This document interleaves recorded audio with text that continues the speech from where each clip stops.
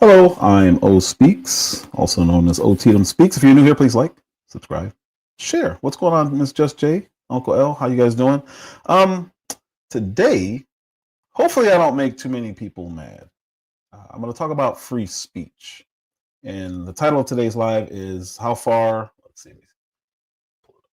How far is too far when it comes to free speech? Piers Morgan had an exchange or a clash with Myron from Fresh and Fit. Is that still a thing?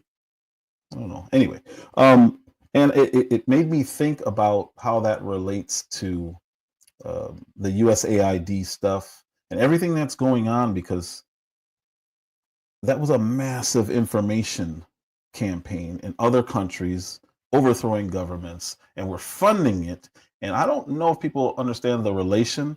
So that's what I want to talk about today. Um, the original purpose of USAID and their creation was foreign aid, right? And this huge apparatus that was just all over the world, censoring people and manipulating people into thinking, hey, this is a better government for you. And when you have censorship and a lack of free speech, it allows organizations like USAID to do what they did and are still assume that they're still doing it.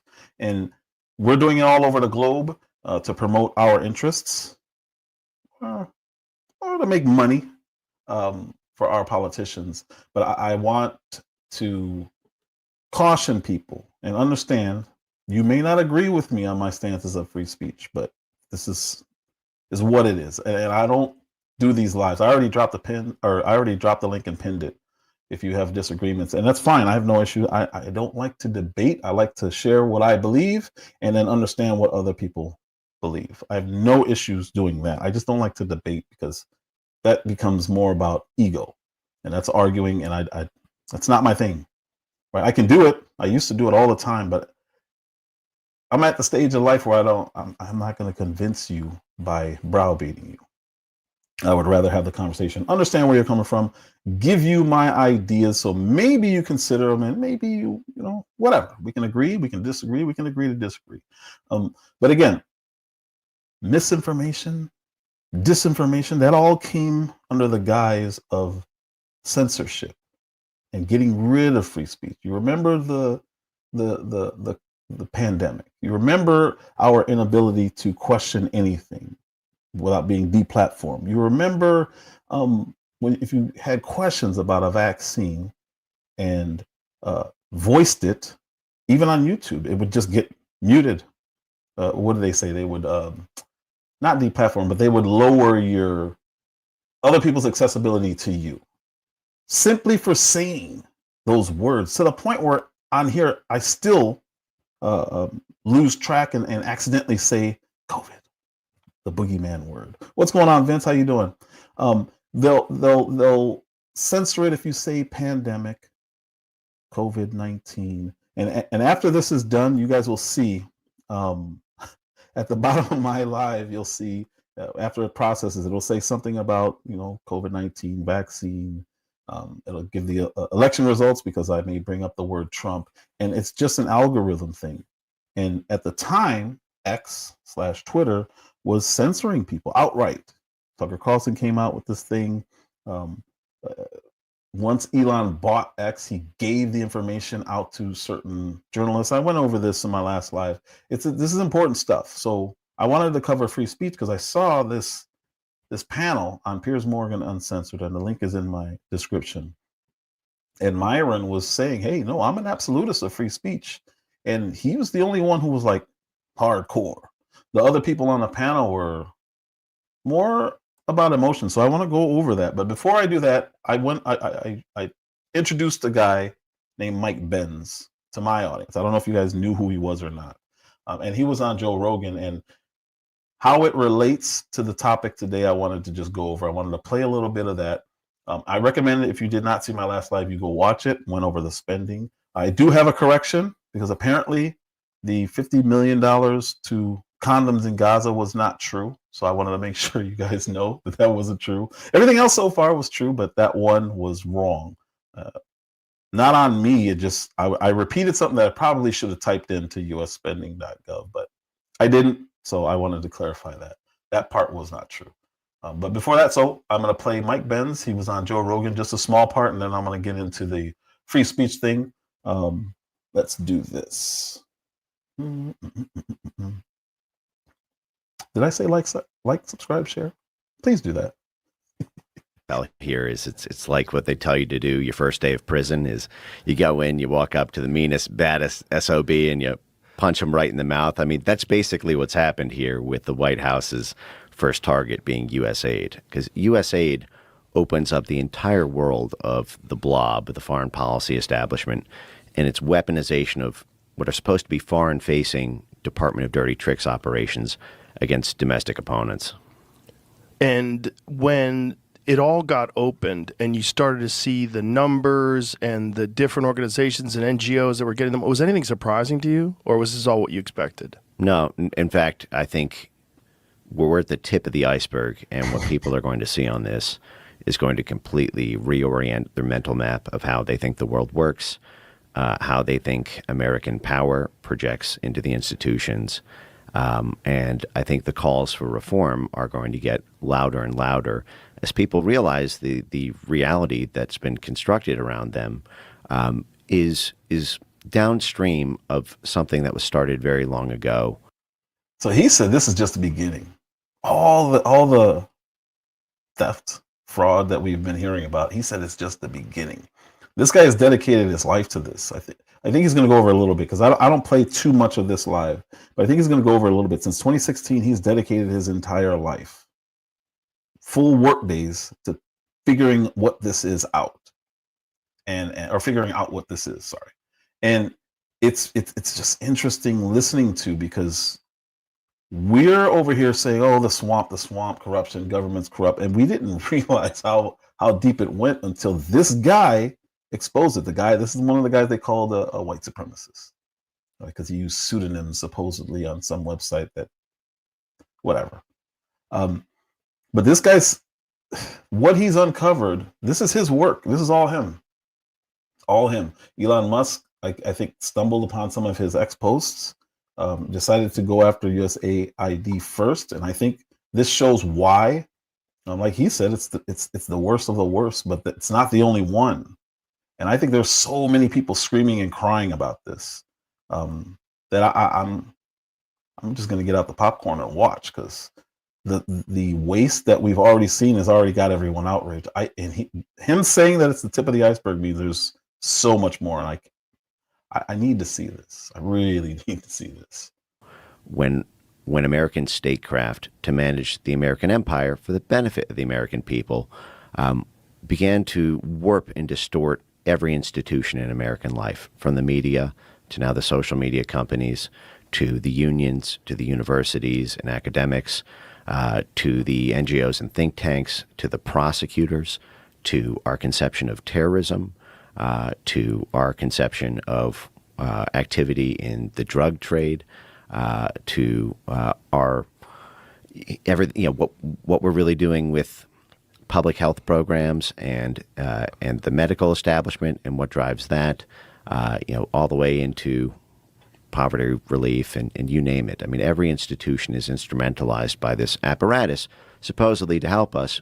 But really, this has been done in U.S. history before. This happened against the left, against the Democrats in the 1960s and 70s, when the CIA and to an extent its sister orgs like USAID and whatnot were pumping money into domestic politics to stop the anti-Vietnam War movement. And this led to the reforms of the late 1970s, the Church Committee hearing, the Pike Committee hearing, the establishment of a Senate Intelligence Committee and House Intelligence Committee for oversight. But even that was a very small glimpse into the window. The analogy I give here is like The Lion, the Witch, and the Wardrobe, the Chronicles of Narnia, where there's this whole cinematic universe. You're living in this house, and there's this closet in the back of of a wardrobe, and if you never walk through it, you never see that whole world. You can live your whole life without seeing it, but when you open that door and you step into it, you see there's an entire other universe here that's been right next to you this whole time. And we didn't know about this entire universe. So again, props go to this guy. This is what he dedicated his life to. But one thing that's concerning is you heard him say that this happened before and they tried to correct for it. Well, how did they correct for it? They made government bigger. They created oversight committees within Congress to look at this. Instead of saying, well, wait a minute, what is this organization for? Why didn't they shut it down? So clearly they saw value in overthrowing governments around the world, pretending to use our money as foreign aid, but actually using it to fund these psyops. Why didn't we get rid of it? We just made government bigger. And one of the biggest issues that I have with this is Congress is over.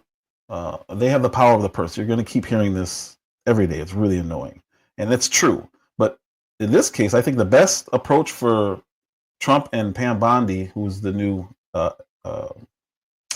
Attorney General, the best approach for them is to say, yes, this is true. But Congress delegated their responsibility to an unelected organization. And an unelected organization does not have oversight. And they gave away powers that are way too broad. And I think we'll see what the judges come up with when this gets to the Supreme Court. But there's no way a non-elected entity in our government that's not part of the three branches should be allowed to spend money the way that they are doing, because they're not going through Congress. So you'll see people complaining, oh, Elon Musk, he wasn't elected. But Trump ran with him by his side saying, I'm going to have this guy do this. And we knew it and we voted for it. When Congress gets elected, they did not stand up and say, well, I'm going to vote for whoever your senator is or whoever your House representative is. I'm going to vote for him knowing that USAID is going to be doing all the work when it comes to appropriation and giving away and allocating this money. We don't know this. So this is wrong. This is not the same thing, but this is actually egregious, because I have the power of the purse. I'm going to give you, we'll just say $100 billion allocate. No, that's Congress's job. There's no way this should be going through this entity. These kind of agencies get put together to carry out the law, right? And whatever the sector is that it's doing. So if it's Department of Education, we write a rule about schools and education, then they need to figure out how they're going to implement it. But they're still accountable to Congress. USAID is not. They're just giving them the money and then they're allowing them to spend. And that's not what the founding fathers intended when they separated these three branches of government. They did not know that they were going to create a whole new one to take away that responsibility from Congress. When you first started working for the State Department, did you have any inclination that you were going to get involved? Did you have any inclination that this was going on? Like, did you know already? Yeah, that definitely. You already knew? Yeah, definitely. I had already been working on this for many years. When did you first discover it? Around August 2016. I was deeply passionate about the internet censorship issue. And when I saw that same thing in 2016 with the development of AI censorship super weapons, I call those weapons of mass deletion, that they would be like weapons of mass destruction, but for speech. A few lines of code would allow you to destroy entire political movements, governments, narratives. There'd be no escape from it. It would permanently change the face of political warfare or domestic politics.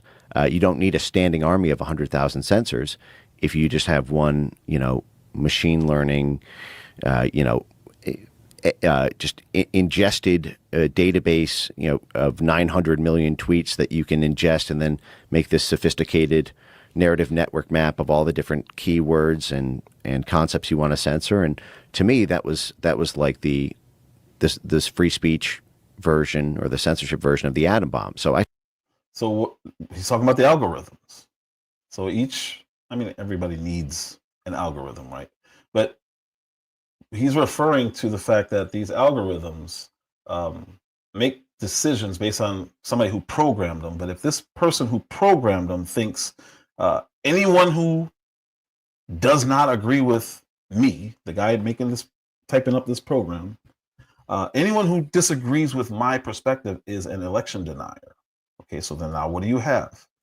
You have thousands of people, hundreds or thousands of people getting censored because they disagree with the guy who was programming this algorithm, and this algorithm is looking for keywords, and if insurrection is one of them, well, that's okay. But if insurrection denial, I don't know what word you would have to say that would trigger the algorithms.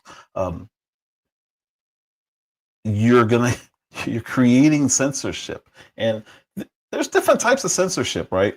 And they're gonna go over it more on Piers Morgan's, but I want to speak from a social media version, because you have a lot of people, and I had very smart people um, tell me during the insurrection that when people were getting kicked off of Twitter at the time, and Facebook, and uh, Instagram for talking about it and being election deniers. Hey, that's a private company. They can do what they want. They have their own company policy. They make their own rules, and that's true. The problem is we had a gut feeling, and now we know for a fact that the government were the ones behind it. They were swaying people's minds, and this is just what was going on. There's no denying that that happened now, because we know for sure what was going on. It's not disputable. So when the government restricts your speech, it is a violation of your constitutional rights. The First Amendment is number one. We should be able to say what we want. And I'm an absolutist on that. So again, you guys may not agree with me when we get into the what that really looks like a little bit later on in this video, but I believe it is absolutely needed, because there's no way, because once you start censoring people, that slippery slope thing is real. It's very real. And like I said, we saw it during the pandemic. Right now, you can talk about a kid being violated, right? SA, but you can't say the word SA, even though you're reporting it as SA or R word, right? You have to say this. You have to say these ridiculous words so it doesn't trigger something, thinking that you're advocating for it. Ooh. It's lazy, because somebody should have to look over this content and say, "Oh, okay, they're reporting the news." That whole bishop from the Episcopalian Church, what's going on, Miss Phoenix Rising? That thing, it drove me crazy, because I think I did a really good live and I gave really good information, and it got completely taken down because I was on a topic of the alphabet community, speaking on protecting the children, which we shouldn't be talking about. Every single word that bishop said was censored on my YouTube. That video is gone. The whole live stream, every word that she said was considered a copyright infringement. I don't know how that's possible, because again, free speech. She should be able to say what she wants, and I should be able to cover it and say what I want in response and react to it. That's part of the YouTube guidelines. So that video, that whole live stream was gone. 2 hours of speaking on faith versus politics versus the alphabet community and the impacts on children. I don't care about the community. It is the children introduction that I had an issue with. Entire live is gone, and I can't do anything with it. I tried editing it, putting it back out. Nope. And somehow lost the views, which is incredible to me. But again, he's talking about the algorithms and their impact, because who's the programmer? That's the most important part. What's going on, Ro Rich? How you doing? I started that quest in 2016, but very quickly that research and the process of trying to write that showed these international networks immediately. I mean, the NLP, the natural language processing sort of backbone of this was all being sponsored by DARPA. All right. What is DARPA? Let me pull this up real quick, just so you guys know what he's talking about. This is not super important, but again, this all plays in the same thing. Roll Rich, you're probably not going to like my opinions on this free speech thing then. I don't know if you're going to agree with them or not, but yeah, you're probably not going to be too thrilled about this. All right, let me share my screen. This is DARPA. All right. It is the U.S. government agency that develops new technologies for the military. All right, so they work with USAID, and these people come up with ways to psyop other nations and their people to convince them who's a better leader for you.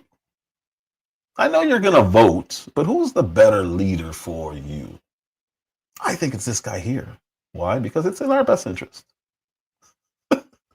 So we persuade people using this government agency, and their entire focus is developing technologies and learning psyops. This stuff is not supposed to be done on us. What's going on, Toby?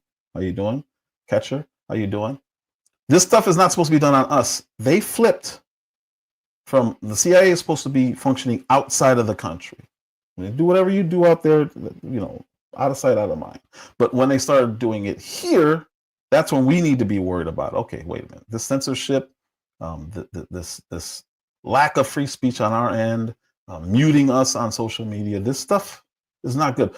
I've played videos of the media saying the exact same talking points nonstop. And I think I got, it was like 100 and something news agencies using the exact same language. And if you played them all next to each other, it sounded like a script. It's like a robotic script. It's like that old movie, They Live. I don't know if you guys are old enough to remember They Live.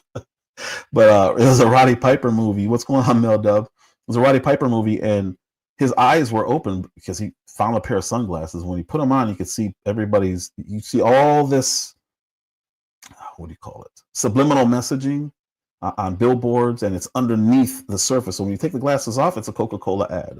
When you put the glasses on, it says, comply, obey. It says stuff like that. And he was looking around when he put those glasses on, and he'd start seeing these, everything was like aliens. I'm not saying that that's what we're going through right now, but as far as the psyops and where our money is going and what they're doing with that information, this is very much like that movie, They Live. It's fascinating to watch. So again, their mission is to create technologies that improve national security. That's all they're worried about, which is fine if that's all they were doing. But once they started coming here domestic, that's a problem. It is unconstitutional. They cannot do that.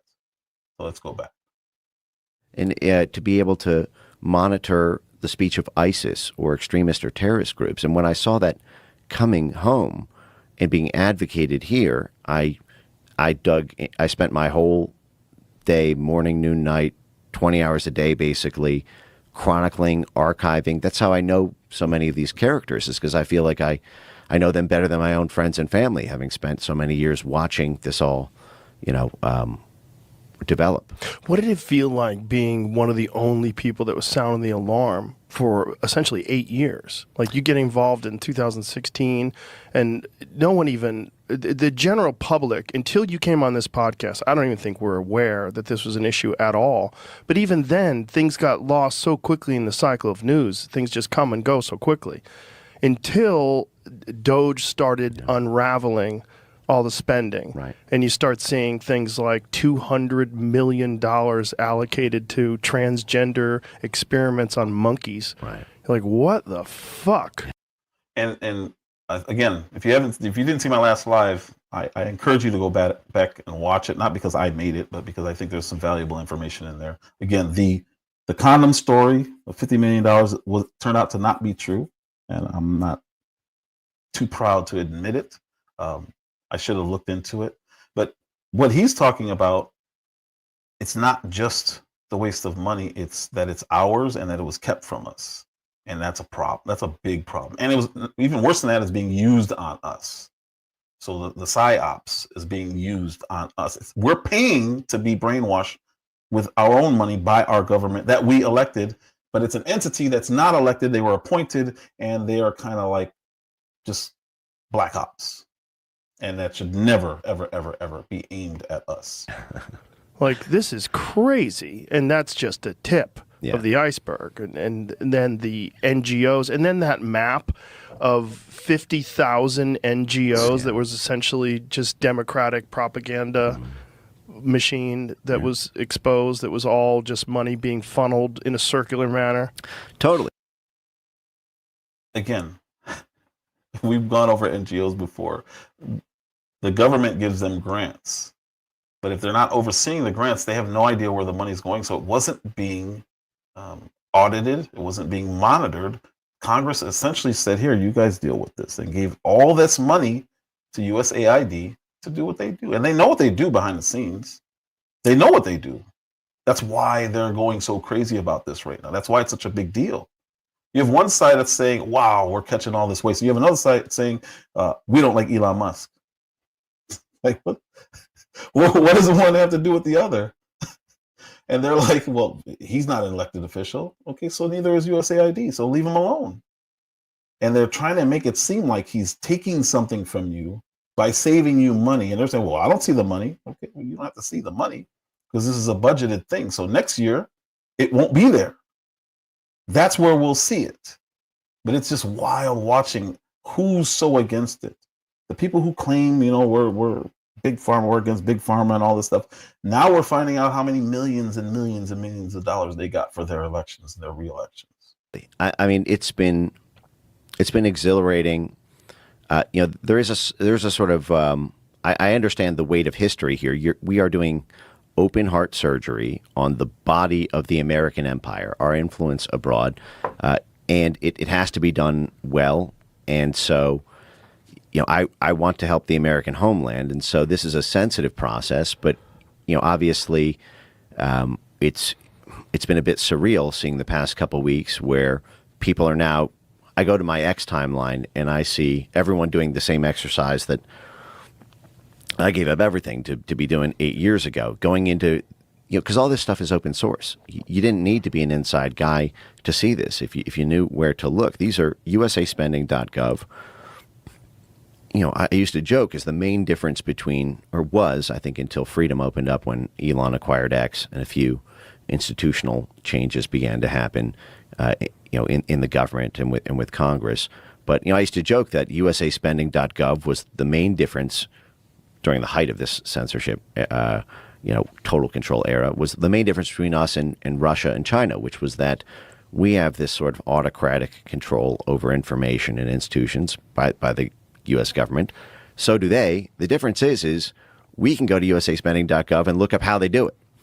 And that's extremely important. If you guys, people who've been here remember me doing some live streams on illegal immigration and how much money we were spending on illegal immigrants. I went to the USA.gov website and showed you guys. I typed in whatever we wanted to type in, and we found out where all this money was going. That was related to this. I learned that from this guy. This guy, Mike Benz, just I didn't know who he was. Came across my timeline. I'm like, you can go to the website and see everything. And I've always done that. I just didn't realize how much was being wasted. So I was looking for specific things. Well, then you can go over there and you could type in structural racism, right? And it tells you how much money we're spending on structural racism, systemic racism. You could type in anything and it will tell you, if you find the right keywords, this is how much the US government is spending on this. So what I was doing back then was I was typing in illegal immigration. I was typing in human trafficking, all these other key phrases. I wasn't thinking that it applied to everything. So what he's saying is, we have the tool. You can use it.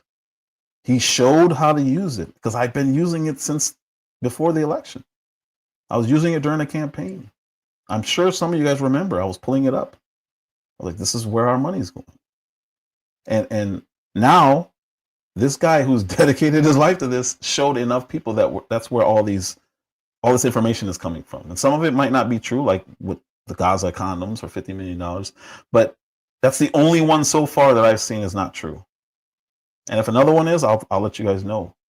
I lean to the right, but that does not mean I'm not going to be honest. I think you guys have heard me talk about retracting stories. Like, if people are wrong, they should just say I was wrong. I think that builds a trust so that people don't have to guess, oh, well, he's right-wing nut.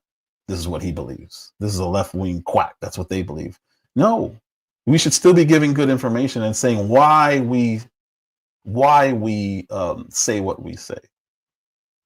We got to support it with something. Otherwise, it's just an opinion. It's not, an educated guess or fact-based opinion. It's just an opinion. Well, you can say, I think the earth is flat. If there's no evidence behind it, what difference does it make? I don't care. And if you can explain why you think it is, I'll still disagree, but at least you're giving me something to support what you're saying. You're not just saying it. And so when I've been going to my X timeline and seeing everybody independently doing that exercise and finding the joy in that, the self-discovery process, and being able to share it with people, and everybody being able to understand and make sense of the receipts, because this framework for understanding it has been shared and popularized. That to me has been the goal all along, to be able to give people the language and the frameworks to understand what is so terrifying and necessary to reform, but that's right there, in front of your eyes, if you only open your eyes to see it. It's got to be exciting, though, for you to be there on Operation Day when they are doing the open heart surgery. It is. We need to make sure that the patient doesn't die, on the operating table. Right. Just because it's the right move to do the open heart surgery because the patient needs it, doesn't mean that the operation goes well if the operating surgeons don't know the anatomy of the organ they're operating on. And so that I see right now as sort of my prime function, is to just teach more and more of the anatomy of the organ, so that the people who are operating on the patient, the American homeland, and generally speaking, the American influence and power projection into foreign countries, comes out better, smarter, a little bit more honest, and there is a hard domestic firewall against our foreign-facing dirty tricks. All right, so all that leads into the free speech conversation, and that's why I want to go over it. We're looking at government agencies get away with, in some cases, murder. I'm not supposed to say that, but I'll probably have to fix that. But it's so important. The First Amendment is just that important. And people, again, you guys probably are not going to agree with my stance on this, but that's okay. Again, the link is pinned so people can come up and say I disagree, and I'll say okay. I'm not going to argue with you again. This is so important because that's the first organization they've gone through and look at everything that it's opened our eyes to. I think Cash Patel just now got confirmed in. I know Tulsi is now in. Hegseth is already in. RFK's either got in or he's going to get in. The cabinet is being built. We're going to see what's happening now in every organization, every government agency, unelected bureaucrats, and I can't wait. But if not for free speech, we would not be able to have this conversation, and they would be able to just shut it down and say it's a lie, it's misinformation, disinformation, get rid of that laptop story. Like, that's the kind of stuff that they can do. Linda McMahon, I believe, is going to be over, is it education? I don't know which branch she's going to be over, but I don't know if she got, I didn't see her testify, so I'm not sure. I was watching the other ones. Those were very interesting. Cash Patel one was the best. But yeah, I don't know. I think it's important, and this leads into this conversation. I didn't want to just do this because it would seem unrelated, the free speech part. So I wanted to show you guys, hey, this guy, how we're starting to see all this was based on free speech, anti-censorship. He was studying the algorithms, seeing how this was being played out. So with that said, let's get on to the Piers Morgan conversation. Kanye West, I don't know why anyone takes him serious. You can like someone's music without pedestalizing them. Is that a word, pedestalizing? You can like someone's music and not put them on a pedestal. And every time he's about to release a project, he gets attention no matter what. He went from George Bush hates black people to I'm a Donald Trump guy to running for president. Like, everything he does is for attention. It's just what he does. And apparently he went on a rampage and really upset Piers Morgan. But I want you guys to hear his stance and see how this went. Yeah, I'm just going to play. There are limits to free speech, even under the First Amendment. There is no First Amendment right to share child pornography, threaten individuals, or incite violence. Rapper Ye, hereafter, I'm going to call him Kanye West. I'm done with calling him Ye. Unleashed a wild flood of anti-Semitic posts on X this weekend. He was misogynist, he was racist, he was frankly disgusting. He talked about violence against women. He talked about violence against Jewish people and enslaving them. He talked about loving Hitler. He talked about white people and Jewish people who are different and the Jews are always going to steal. And whether this endless vile tirade was tantamount to incitement of violence against Jewish people is, I guess, open to debate. He certainly wanted people to think very disparagingly of them, if not hate them. I would argue that identifying as a Nazi alone implies that, yeah, maybe he shares a mindset of people who literally exterminated millions of Jews. Not to mention his statement that you have to put Jews in their place and make them into your slaves, something that he then followed up with this. He said, Jews were better as slaves. You have to put Jews in their place and make them into your slaves. He then said, sometimes you have to do it like the pharaohs. Make your Jews work for you, but watch them as close as you can. Whip your Jews. Whip your Jews as you treat them like slaves. What does that mean? Is that ambiguous? Is that freedom of speech? Yes. Or is that a clarion call to commit acts of violence against Jewish people? What seems crystal clear is that Kanye West was in clear violation of X's own rules on hateful conduct. I don't think that's inciting violence. I'm old enough to remember Jerry Springer, Geraldo Rivera, Phil Donahue, Jenny Jones, Ricky Lake. They all had Ku Klux Klansmen up on their platforms. Now, granted, sometimes it ended in violence, but I'm old enough to remember them having these people on there and those people saying these exact same things. No one said, oh my gosh, they're inciting violence. When I was younger, I want to say freshman in high school, I lived near a park called Marquette Park in Chicago.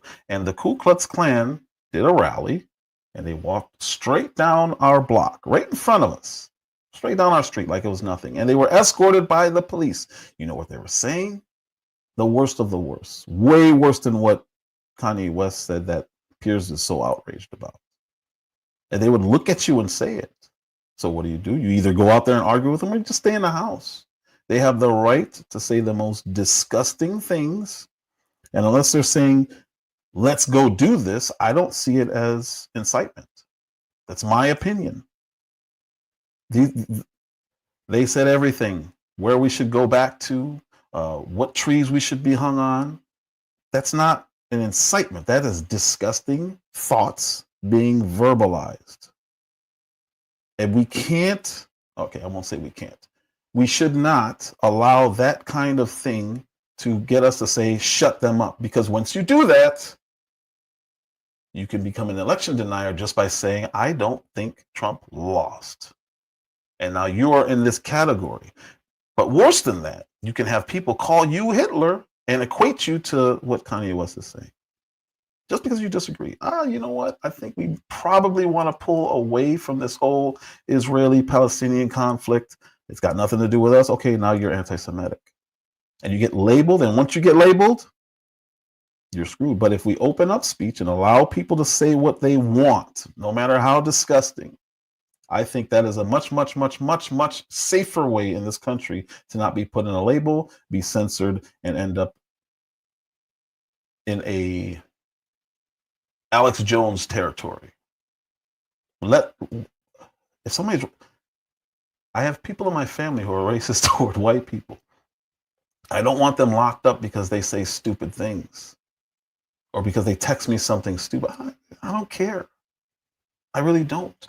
I'm not going to take that as, oh, this is an invitation to go attack white people. That's just not what, it's not what it is. It's never been this way. So he's a Brit saying things that may be outrageous to him because I know they don't have the same level of free speech in the UK. So I just don't know. I just don't know why he's so passionate about saying that that's incitement to violence, because I don't believe it is. Now, it is definitely going to be, what's going on, Biz? It's definitely going to be against YouTube guidelines, X guidelines, Facebook guidelines. That's fine. That's fine. They're not absolute free speech spaces because they still have to have rules. But to say that that's the limit to free speech, I don't agree.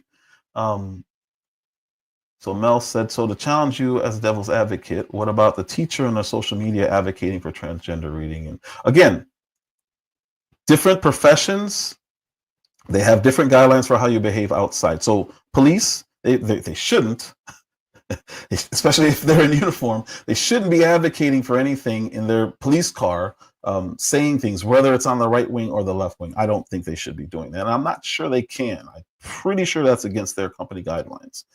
So within certain professions, you want to stay away from certain topics because they can be seen as a reason why you're pulling someone over. So say you're a Trump supporter, right? And he says, you know, he's going to round up illegals, illegal criminals, and deport them. Now you're a police officer and you pull somebody over. Okay, well, this guy is suing you because he says you pulled him over because he is a Hispanic. And as proof and weight that we can hold you accountable for, we can go back and look at your social media and it says you don't care for illegal aliens or migrants.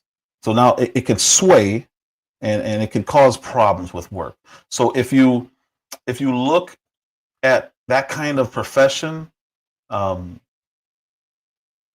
I can see if you're not in uniform, but like I said, in a legal situation, you can have a problem. And so Mel followed that up with, how do we decide which professions deserve? I think if you're not in a private entity, meaning you are working for the government, you should probably refrain from ideological things. Now, I don't know how far that goes. I really don't. Because you should also be able to speak your mind if you work for the government. I think if there's a direct conflict, I don't know. I don't know the answer to that. I don't know the answer to that because I can see why can't the teacher say they don't want, gender talks when it comes to kids? Why can't they? Should be able to say that. They should be able to advocate for it, right? I don't know. It's a tough one. It really is. I don't know the answer to that question. I don't know if there is one. I just know if we get away from the censoring, the more we get away from it, the clearer these kinds of things will be. And then we can have a conversation about those. But if everything is Nazism, everything is socialism, everything is Russia, then nothing is. And I think that then we can sit down and have that conversation. Okay, what does this look like? Because now everyone's not Hitler, right? Everyone's is not the devil. But the only way to have these conversations is going to be honest conversations. And when you have race hustlers like Ibram X. Kendi going up saying that anti-racism, it's not enough to be not racist. You have to be anti-racist. So you actually have to be an advocate for it. It's like, all right, what are we doing here? What is this? What are we doing here? But it's a great question. I just don't know how to answer it.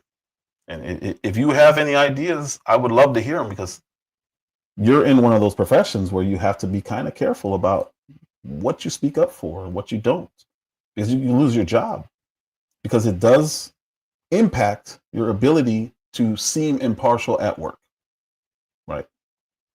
The platform under Elon Musk has suspended more than 5 million accounts since he took over.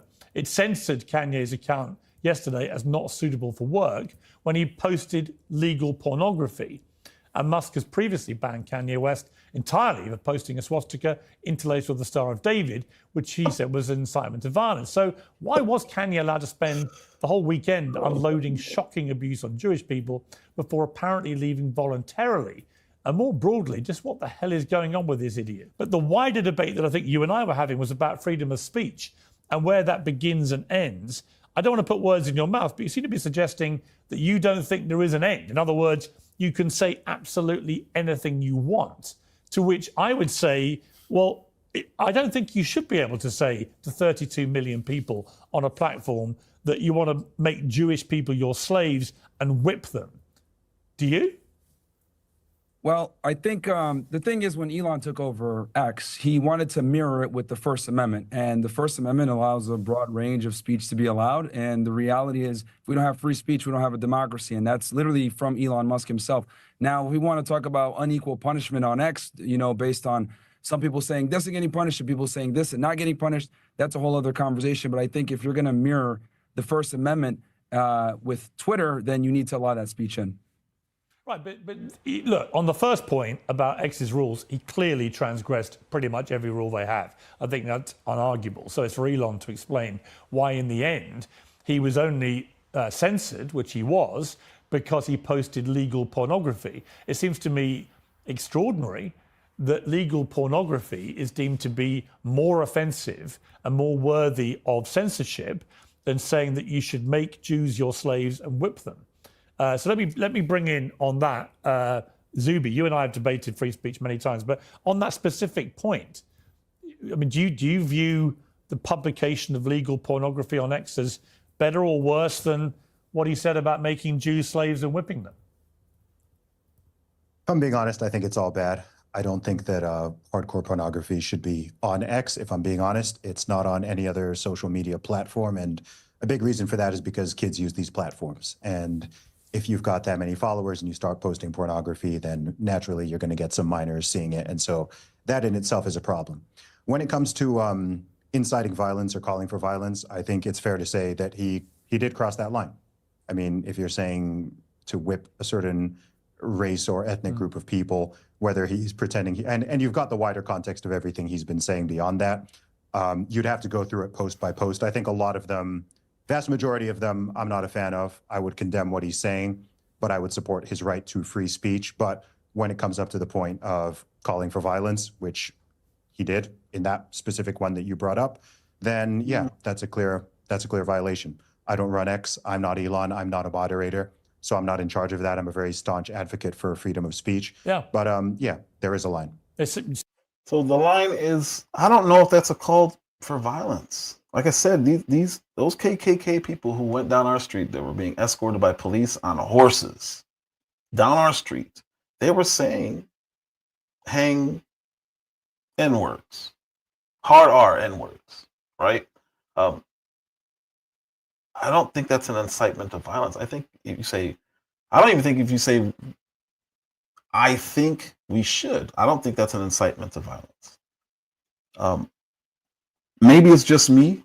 I don't see what he said out. I don't agree with anything he said. It's like, come on, what are we doing here? It's almost parody at this point. But I'm like, I don't know if that's a call to violence, a call to action. So I only put Myron on my description. But this guy in the middle is Zuby. Really, really smart dude. UK, he's a rapper from UK.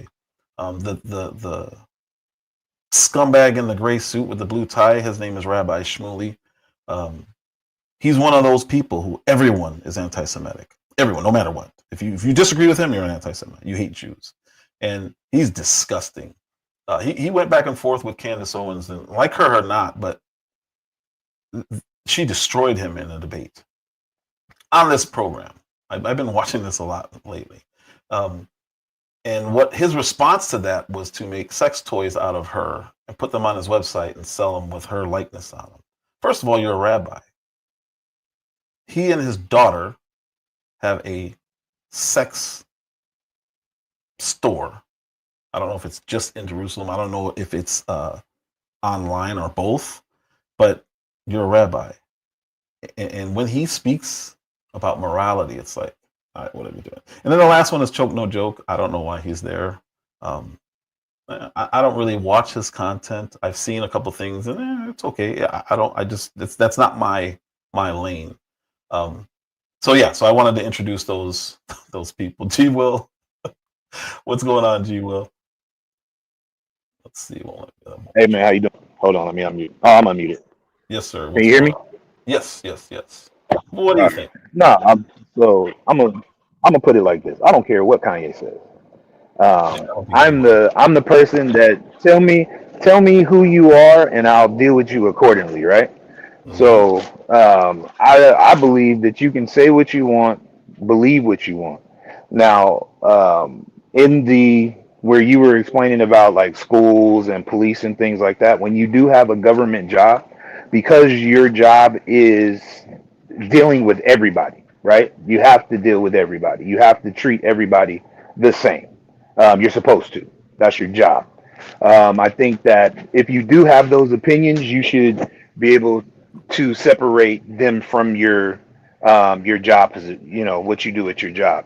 I don't care if you're racist. I don't care if you're anti-Semitic. I don't care if you are transphobic. I don't care if you don't like gay people. I don't care none of that. Because what it does is it gives everybody an opportunity to say, okay, well, I don't like where this person's views are. I'm not going to support him. So if this doesn't hit Kanye in the pocket, then really, what are we talking about? It don't matter, because clearly people don't care that he said these things. If you feel that Jews should be treated like they were by Pharaoh, if you feel great, I'm glad. I'm glad you feel that way.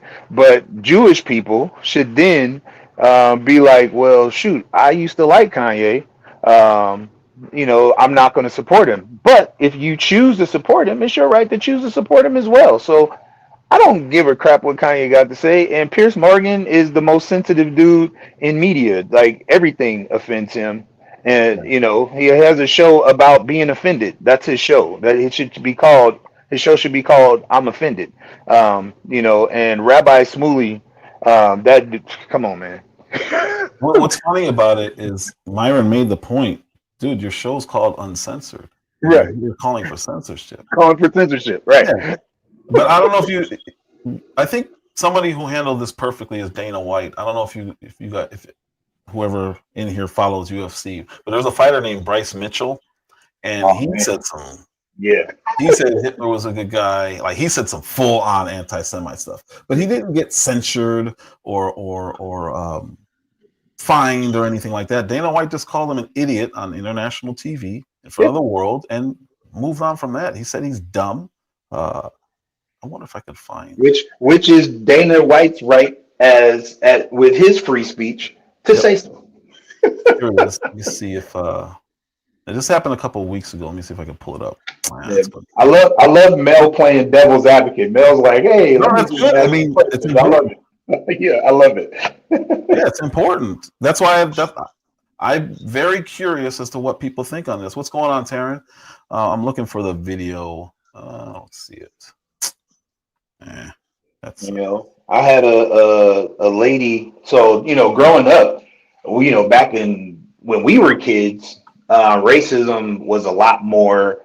There were still people out there that would say some crazy stuff to kids. I had a teacher tell me and another kid that we were having trouble understanding the words that were coming out of our mouth because we were from Africa.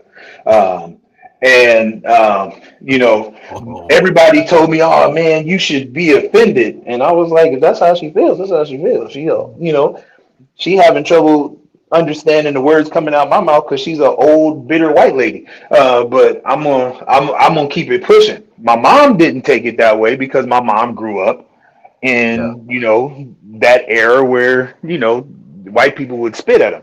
So she was a little upset about it. But like I tell everybody, you guys can holler slavery this, slavery that. I ain't never been one. So I can only go off of what my experience is, and I've dealt with racism, and they have a right to be racist, just as I have a right not to deal with the racist person. Yeah, I want to play Dana White's response to Bryce Mitchell saying what he said about Hitler and Jews, and full, like, legit anti-Semite stuff. This is funny. That dude was. Sure, you guys heard what Bryce Mitchell said. Said some probably. I've heard a lot of dumb, ignorant shit in my day, but this is the worst. Let's talk about Hitler. He's responsible for the death of 6 million Jews, and he tried to completely eliminate a race of people. World War II was the deadliest war in history.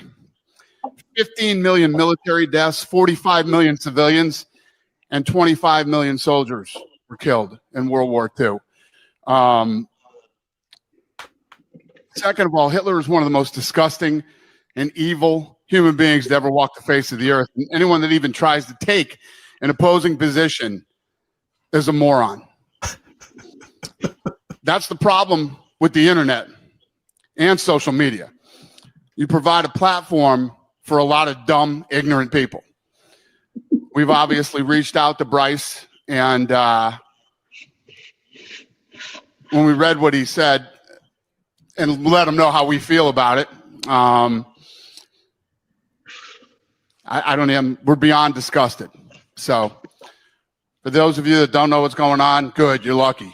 For those of you that do, that's what I have to say about it. All right. So I think that was handled perfectly. Yeah. He let everyone know where he stands. But he didn't punish the guy for having a stupid opinion. It's just a stupid opinion. He's, objectively stupid. I think most people would say it's stupid, but there are some people who would say, no, I agree with him. So I don't believe censoring him would help. What's going on, Mel? My God. Oh, hey, salute to y'all brothers, man. Sorry, my kids had to do their chores, and I was telling them to go wash the dishes because my washing dishes days are over. But no, man, hey, this is a phenomenal discussion to have and conversation. I just wanted to put this out there publicly with anybody who's watching right now. Guys, please, please, please share this live so other people can observe it and other people can take note of it. Put it in your put it on your community walls. We got to have more conversations like this generating or reverberating throughout a lot of these sectors, because this is a great question about what is free speech. How much is free? What is too much free speech? Yeah. Can we restrict free speech? So salute to you, brother G. Will, man. Thanks for all you do. Hey, Mel, I wasn't even gonna come up, but when you said I'm playing devil's advocate and start asking, and you asked a really, really good question, because people will think that way, and we have to be able to bring in both sides. Everybody cannot be, it's nice to have a show in a room full of like-minded people, but we always want to have a different perspective on some things, agree or disagree with it. We need to have a great conversation with a different perspective, and respect the opinions of others. Like I said, I don't have to like what Kanye said, but he got the right to say it. He has the right to think what he will. Think what he wants. Yeah, that was pretty dumb what he said. I was like, oh, dude, what are you doing? So let me start playing. Let me pull this back up. But you know what I would really like to hear? If a white person went on and said, yeah, that's how we feel about you, in words. You should be put back in slavery and put back in the fields. When we get rid of all these, Hispanic workers, maybe we should force you guys back into the fields and whip you and do these things to you. How would Kanye feel about the person saying that? Yeah, I don't know if he thinks about things too far out in the future. I don't think he does. Like you said, he does. He says stupid stuff right before he releases stuff. Every time. To basically amp up the awareness. I don't know. That guy annoys me. That's why I didn't care when he decided to go into his little gospel realm. I was like, somebody was like, "Oh man, Kanye gave his wife up to the Lord," and I told him, "Yeah," and I said, "No, he didn't. Kanye found that gospel music had some money in it, and he went to go get that money. That's all. Same with Snoop. Snoop found that gospel music had some money in it and went to go get that money. And now he's selling more liquor." Hey, but so the reason I asked that question was because I can remember very early on, around in the 2000s, at some point, there was this teacher who got fired because he said on his Facebook page he believed in, verbatim, marriage should be between man and woman. And so now my question that I asked is, like I said, as far as like, if you guys think that he should have been fired for giving that on his own platform, but then you have to ask the question, if someone says that we should teach kids in school that love is love and there should be multiple genders, should that person be fired if it's on a social media platform? Where are we at on this with free speech? They both impact his ability to interact with parents, in my opinion. Yeah. So in my opinion, I think it would. It opens the door to discrimination claims. Well, Jimmy has two moms. Okay, so now here we are. Jimmy gets a D.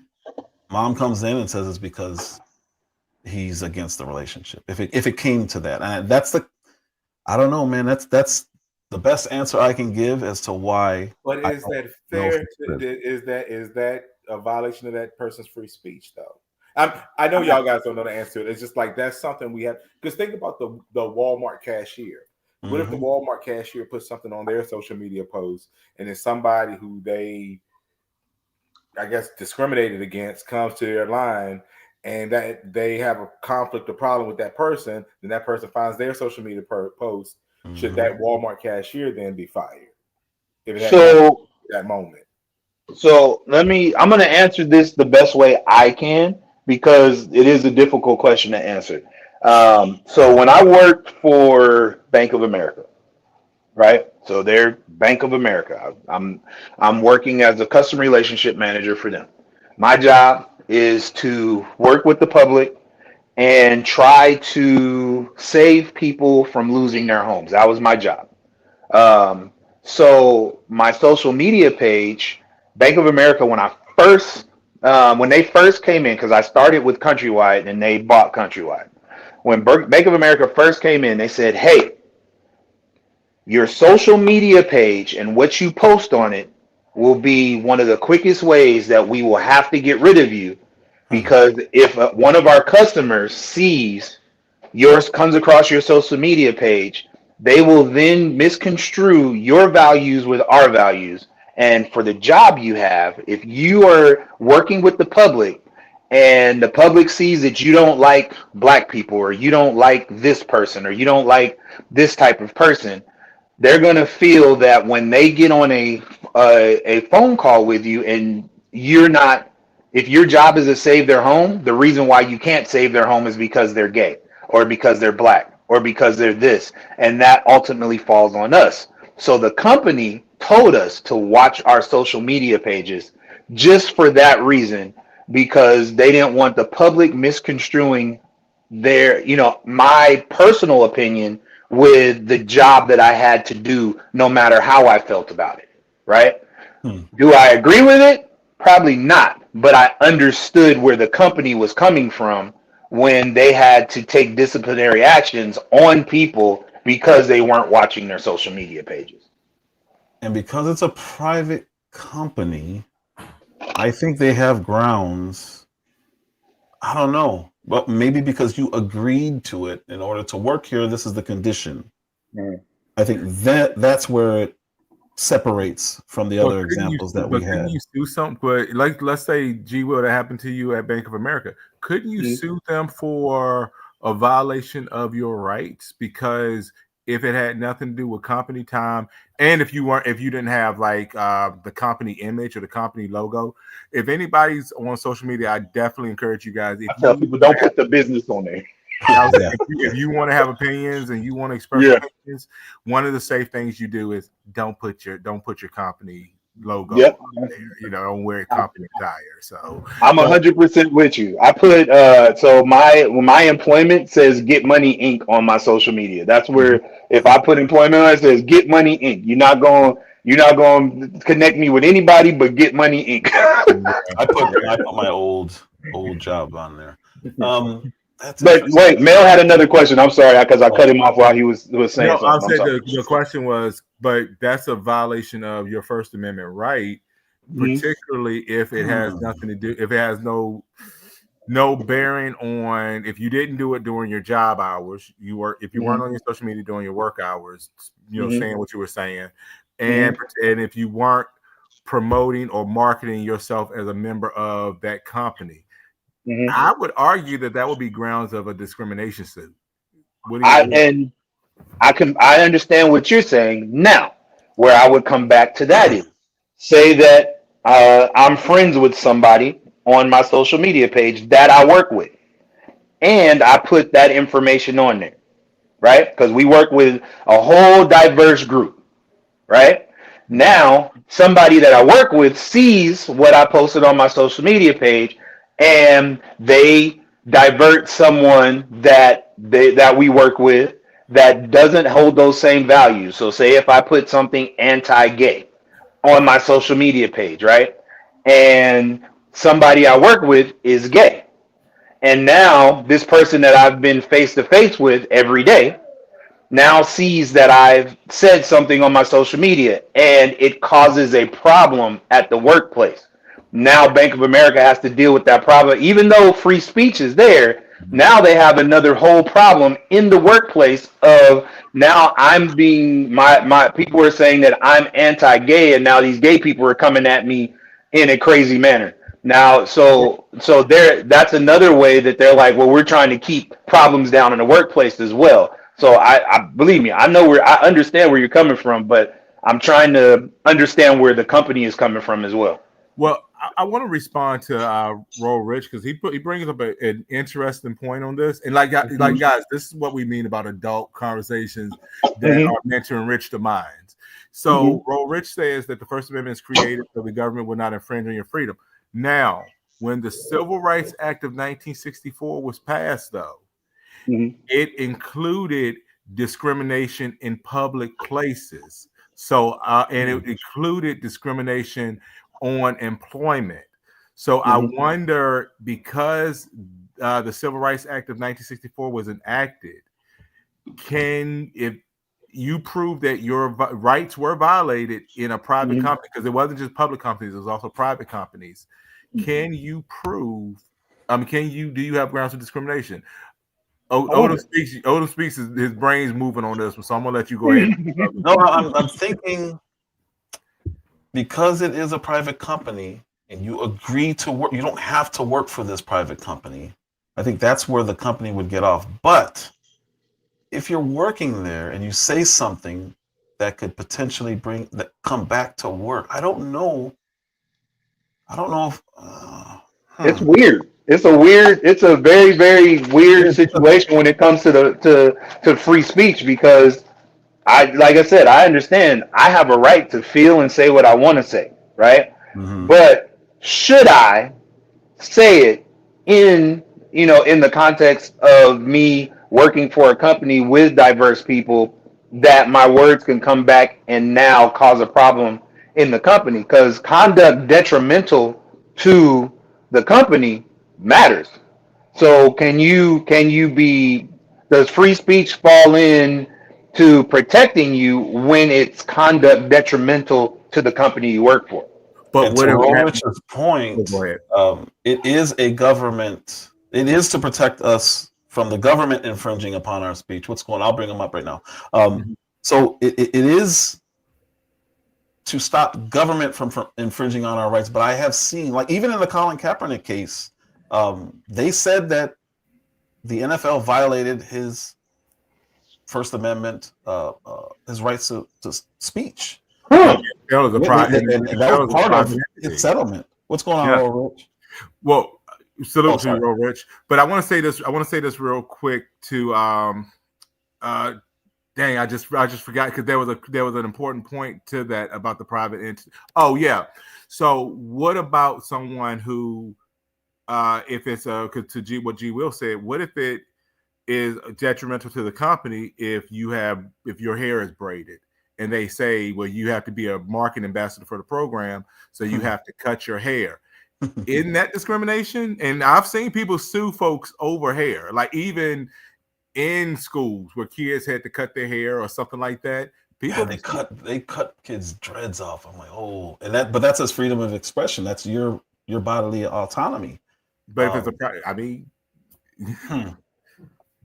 interesting. Roll Rich, what you got? No, so I was just gonna say that so y'all talked about a lot in between the time. Yeah, right? yeah, so So with the Colin Kaepernick situation, right? They did infringe on his right to protest, right? And his freedom of speech, but he never got a job back in the NFL. Hey, Robert, And let me interrupt you real quick. Check the back chat real quick, but then go ahead. Oh yeah.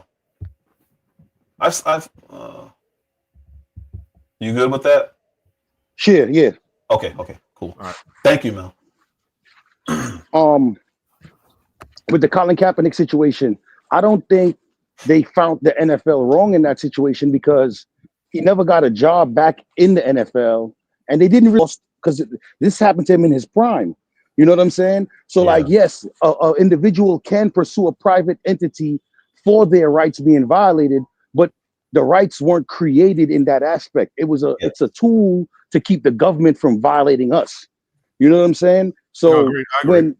when we use that, most of the time when that tool is used and it's effective, when it works, is when the government violates our rights. A lot of the time when people go after private entities for those same exact rights that's in the Constitution, they come with a defense of they're not a government entity and they don't have to those rights. You know what I'm saying? Like you guys were talking about the hair. I got dreadlocks, right?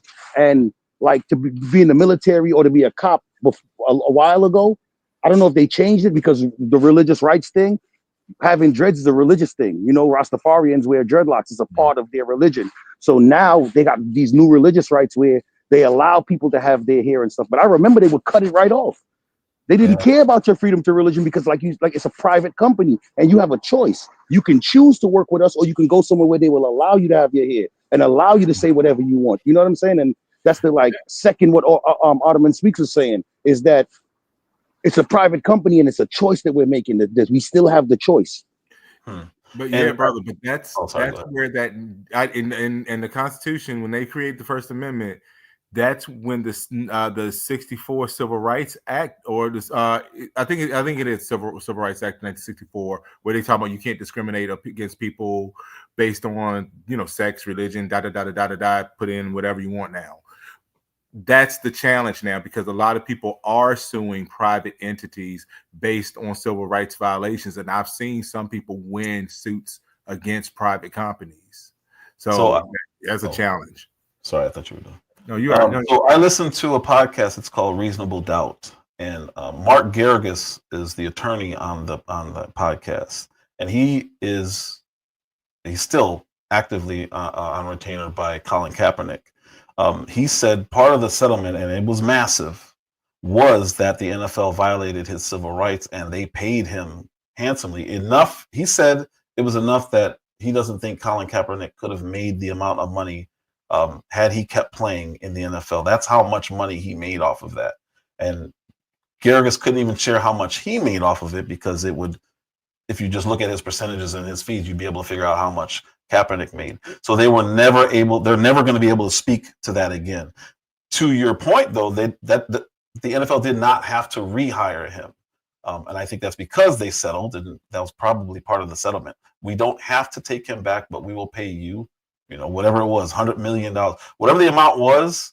Geragos said that if anyone knew how much he made, they would never see themselves fighting for him again because he got paid.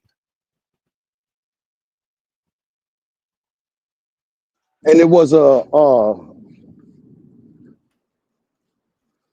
violation of his rights that they sued for. Yes, and Mark Geragos deposed pretty much everyone in the NFL, including all the teams that he was not playing for, just based on the fact that they could hire him and that they were hiring people that he was superior to statistically, and they went after them for. I mean, Geragos is one of the top attorneys in this country, and he represents so many entertainers and athletes.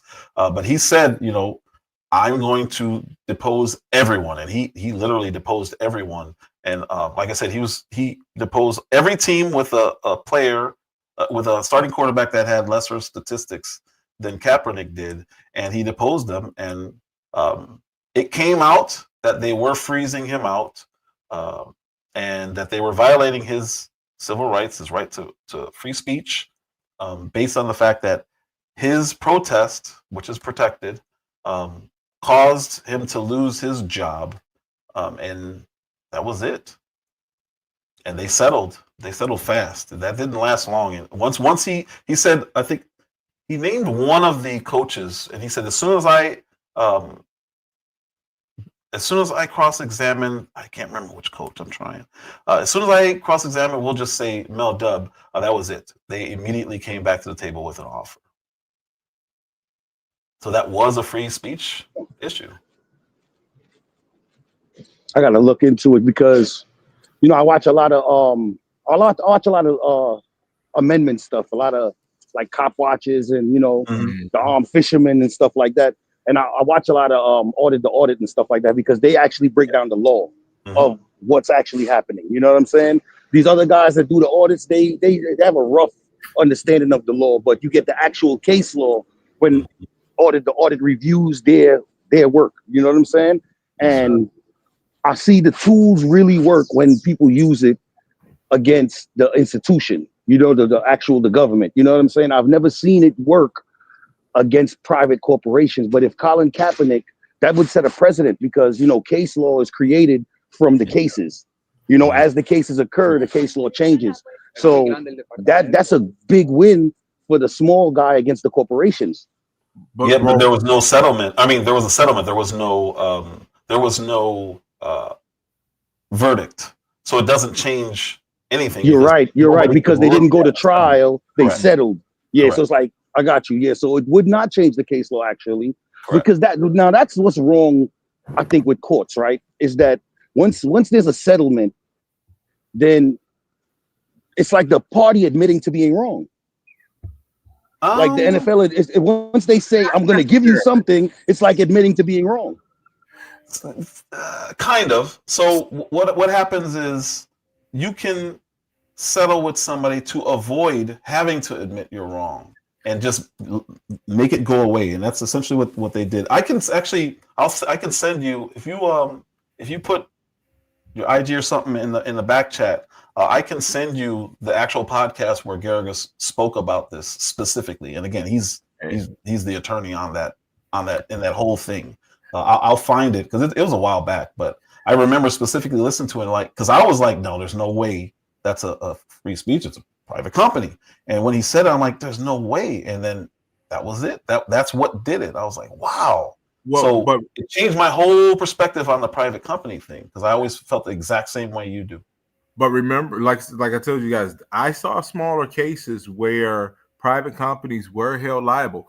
There was a situation where the company was held liable initially until they filed an appeal with the Supreme Court. Do you remember that bakery that wouldn't bake a cake? Remember, they lost initially, and they were held liable by that company. It took them to have a couple of years to fight in the Supreme Court just to have that appeal. And I think to Ro Richards' point and your point, I believe it was because they were a private entity that they could not be held liable on the grounds of that. But then I also saw a few other cases where companies were held liable for verifiable discrimination.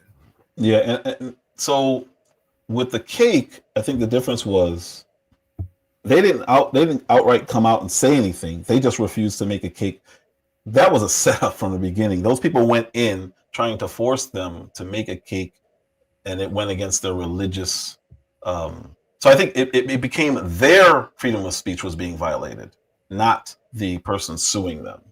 Mm-hmm. So I think that's why they, which is interesting because they won off of freedom of speech for not doing something for somebody, while the other person was saying you're violating my civil rights by discriminating against me. That was a discrimination versus free speech case. That's why it took so long.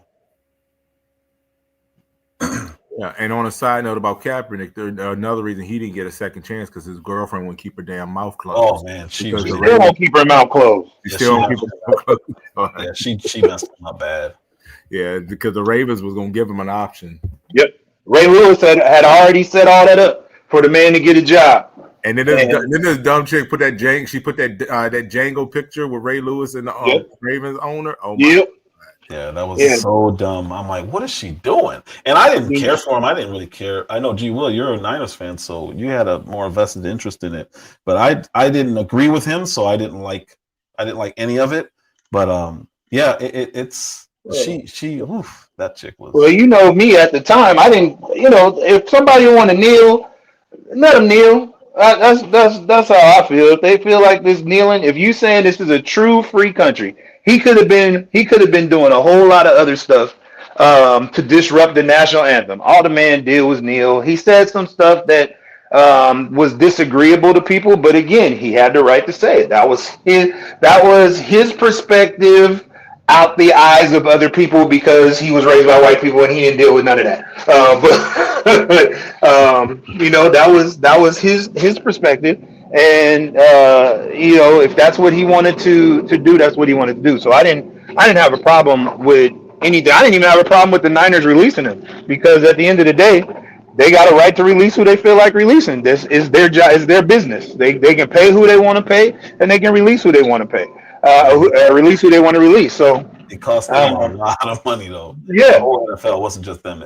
The whole conduct, like I was saying earlier, conduct detrimental. And if the courts found in his favor, good for him. But you know, like you got, I was trying to come back up. Somebody had called me, so it messed me up up here. But I was trying to come back up because at first you guys weren't saying, you guys were talking about the NFL not giving him a job. Well, I was going to say, like, you guys came to the conclusion, well, a lot of stuff didn't happen or didn't come from it because it never went to trial. Yeah. He settled. He decided, I don't feel like doing this, and the NFL definitely didn't feel like doing it. So Colin gave them an out for the money. A lot of money. But let me get back to this video and this one, so we're not talking about Kaepernick. But it's a fascinating conversation because there are different professions where you're like, they probably, because he was wearing a uniform when he was saying stuff, so I could see both sides of that one. I was on the wrong side of that. I was like, there's no way this is violation of civil. When Gerges said it, I was like, no way. But he's an attorney, and he ended up being correct. I mean, not only was he wearing uniform, but it was nationally televised games also. Yes. It's like you didn't even need to do it on social media when it's the television on, like, camera on you. You know what I mean? Mm-hmm. That's why I thought he had no chance, but. And he was the third string quarterback at that time. At the time, you're right. He was about to get waived. That looked like it was right on time for him to do this. Yep. And Mike Levin says perfectly. He gave up millions for that woman. I don't know what he was thinking. I don't know why he allowed that. He had it in, but at that point, I think he had already gotten paid anyway. So it is what it is. Didn't she get like they got Just Hilarious over her on the Breakfast Club now? She ain't on there no more? I don't know. I have no idea. I'm not 100% sure. Hey, Yeah, I'm about to get on this elevator. I'm about to drop down back into the chat, man. I appreciate you having me, bro. Thanks for stepping up, man. Thank you. Let's pull this back up. Let me pull this back up because this conversation gets good. It gets really good. Sounds like you share my view. I mean, bringing in the rabbi here. I mean, Rabbi,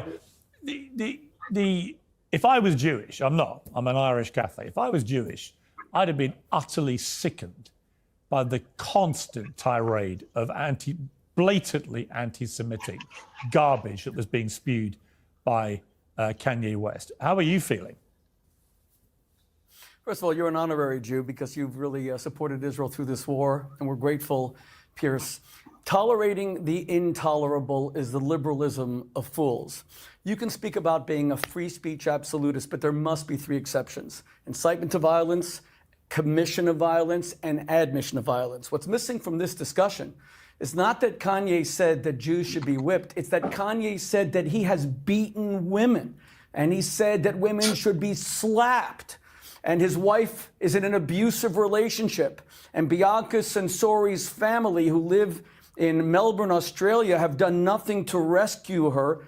Are we talking about whether there should be pornography on X? There was pornography at the Grammys. Professional lip readers had him tell his wife, Bianca Censori, take your mink coat off, and she is totally glassy-eyed. There is no free agency. She is an abused wife. She's an abused woman. How is the media becoming complicit in the absolute degradation and humiliation of this woman? I was embarrassed by Choke doing all this nodding and all this stuff. This is a completely emotional appeal. There is nothing behind what he's saying that has anything to do with free speech. He's saying he's saying to slap women, or he slaps women. He said bees deserve to get slapped. People give their opinions all the time. I don't know. Yeah, Rich, that's Choke, no joke. I don't know why he's doing this. I'm like, dude, what are you doing? Like, what are you? Nothing he said has anything to do with law or rights. He's just making an emotional appeal. You can't like this person because he beats women. He's a horrible human. Like, that's not. Has it been proven that he's violent towards women? Has that? We're going off of tweets. Yeah. Okay. Then yeah. How many rappers say they've shot people like that? This is it's absurd. But see, and that's the crazy thing, because that same person will probably call Tupac a person of wisdom and knowledge, and Tupac had an R-word charge. But this is the reason why, like I said, I'm really not liking what I'm hearing from Piers Morgan. Yeah. I don't know what Kanye West said or not, because I'm just catching it from what you're showing. It's a pretty bad tweet. But I'm listening. But it's bad. But listening to him, it just reminds me of when you say, I'm going to call him Ye. I'm going to call him Kanye West. I'm not going to call him Ye. It's kind of like catching that, Cassius Clay, Muhammad Ali, Farrakhan, not Farrakhan. It's almost like, why do people feel like they can start to do those things? Because now it takes away from the message and the point he wants to present, because he's trying to belittle Kanye West, in my opinion, by saying that and being that petty. And now it turns into, well, are you saying that because he's a black man giving his opinion, or what? That's what it comes across to me. I'm not saying the tweets are not egregious, but that's what's coming across when he does that, in my opinion. Gotcha. Who he claims to have dominion over, and he says he slaps her around, and he says that he has practiced violence against women. Where is law enforcement? Why hasn't he been arrested? Why hasn't there been an investigation? Where is the rest of Hollywood and the Grammys to condemn violence against women? The two most targeted victim groups in history are Jews and women, and notice that Kanye, the ultimate bully, goes after both. And let me say one final thing. I utterly reject any belief that Kanye is sick. He is not. He is wicked. There's a big difference. He knows when to turn it off. At the Grammys, he was completely normal. He wasn't there naked in any way. It was all about his wife. He didn't lose it. He said, you're going to get a lot of attention. Everything he does is willful. It is motivated by a desire for attention, building his businesses. He is not crazy. That is an excuse. He is wicked and he is evil. Yeah, I mean, I would add to this, Choke, no joke. One of the most offensive things he did for me, in his defense of Diddy, for example, he suddenly produced a T-shirt, which was a scene from the hotel lobby or the corridor where Diddy had beaten up one of his girlfriends, and it had her in the picture, right? This was literally a crime scene of appalling domestic abuse that we all saw the video, and he's trying to sell a T-shirt based on it. Now, that alone, to me, crossed any kind of line that should be tolerable for social media. So, again, he didn't do it. It's disgusting, but, like, what's her name? Let her sue. Like, I don't understand why Piers Morgan thinks that it's social media's role to ban somebody who's selling merchandise that no one's probably going to buy anyway. Like, it's clearly an attention grab, in my opinion, what Kanye is doing. But these emotional appeals are really, I don't understand them. As a T-shirt maker, as a T-shirt maker, I wouldn't do it. But there's a whole lot of T-shirts that I see on a daily basis that I wouldn't do. So if people buy the T-shirt, How good does that look on a person buying that T-shirt? But I mean, if he's gonna make a T-shirt, we already know who Kanye is. He's not deviating from the type of person he is. Let him make the T-shirt. It's up to the people not to buy it. And like you said, if people do buy it, she needs to take him to court over it. Yeah, she can do it and say, "Hey, that's my likeness. It was a traumatic event. I'm suing over it." But for him to say that social media should step in and censor it, it's like, all right, well, if people are going to buy it, they're going to buy it. If they're not, they're not. I can't imagine walking down the street thinking that that's going to go well, or wearing that T-shirt to work thinking that's going to go well if people know what the reference is. You know what the best part? You know what the best part is Piers Morgan just promoted that T-shirt for him. Exactly. And so it worked, to Rowich's point. This is what he does, this every time he's got a project coming out. Every time. This is what he does. So why act like this and give him the attention that he's trying to get? Yeah, well, first of all, how you doing, Piers? Thanks for having me back. Good to see you. All right. Like the rabbi said, Kanye is just doing all this for attention. He's not the topic of discussion in hip hop no more. The Super Bowl was going on. It was Kendrick's moment. He's trying to steal his shine because it's not about him. It's about Kendrick and Drake right now. And he is an embarrassment to the Black man. He is a pure embarrassment to the Black community. 97% of us don't approve of what he's doing. He's disrespectful to women. I promise you, no disrespect to the Caucasian woman, but if that was a strong, sophisticated Black woman, she would not have took her clothes off on that red carpet to satisfy Kanye chasing clout, which is fame or the spotlight. And how can you say that? When we have when we have Meg twerking in front of the world during a campaign, how does he know? I don't understand why we do this. I just don't. Yeah, Robert, he was doing good to the embarrassment to all of us. Okay, all right, what are we doing here? He did put in there strong, sophisticated, and I don't think Sexy Red or Meg fit in that description. Well, I mean, then you could say that about any race. You could say it about a strong, sophisticated white woman. You're completely right. The difference is what I always say, or what I say to what he said is, I ain't never seen Kanye with a Black woman, so that's a moot point. Let's move on. There you go. But see, the problem with this dude, and this whether it's Democrat or Republican, whether it's liberal or conservative, I never feel comfortable with Black men going on these type of platforms to speak recklessly as the advocate for the entire race of the entire population of people. Not the entire, just 97% of us. Sorry, go ahead. So I mean, like that's like Charleston White 2.0. You know what I mean, like type of stuff. I don't like people because now it validates Piers Morgan feeling like, hey, and the other guy who sit here with the beards, the white guy saying that the other two most marginalized people, and this group of people are more marginalized than Black people. So yeah. Well, he had to leave Black people out of it because Kanye is Black, so he went to the next two on intersectional. Yeah, but I got you. And I know Kanye. I was there the day he got signed at Rockefeller. I met his mother. I've been in his apartment. I know the humble Kanye. I'm gonna run to the restaurant. Fame, once he's allegedly sold his soul to this game, he became this dark person. And what, like the rabbi said, what he's doing is very evil. I don't think that's freedom of speech.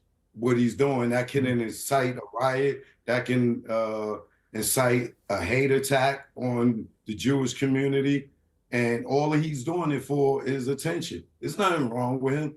He's just mad because he's not relevant right now. You know what? I agree. In fact, when I interviewed him at length over a year ago, he categorically denied that he had any mental illness. And I also asked him if he had any regrets, because he'd been through a storm about abusing Jewish people before, about saying he wanted to go DEFCON 3, DEATH, DEFCON 3 on Jewish people. And I asked him if he regretted it. Let's see what he said. You've now changed what you wanted to say originally. My question for you is, do you now regret saying DEFCON 3 on Jewish people? Are you sorry you said that? No. I don't think it matters. You should be. Absolutely not. When you insult the Jewish people and say you're going DEFCON 3 on the Jewish people, that is as racist as anything you say you've been through and any pain that you've experienced. It's the same thing. Racism is racism. And you know that, I think, don't you? Yeah, obviously. That's why I said it. So you said it knowing it's racist? Yes. I fought fire with fire. Okay. I'm not here to get hosed down. At least that's It's a honest. different type of freedom fighter. I will say I'm sorry for the people that I hurt with the DEFCON, the confusion that I call. I feel like I cause hurt and confusion. And I'm sorry for the families of the people that had nothing to do with the trauma that I had been through, and that I use my platform where you say hurt people, and I was hurt.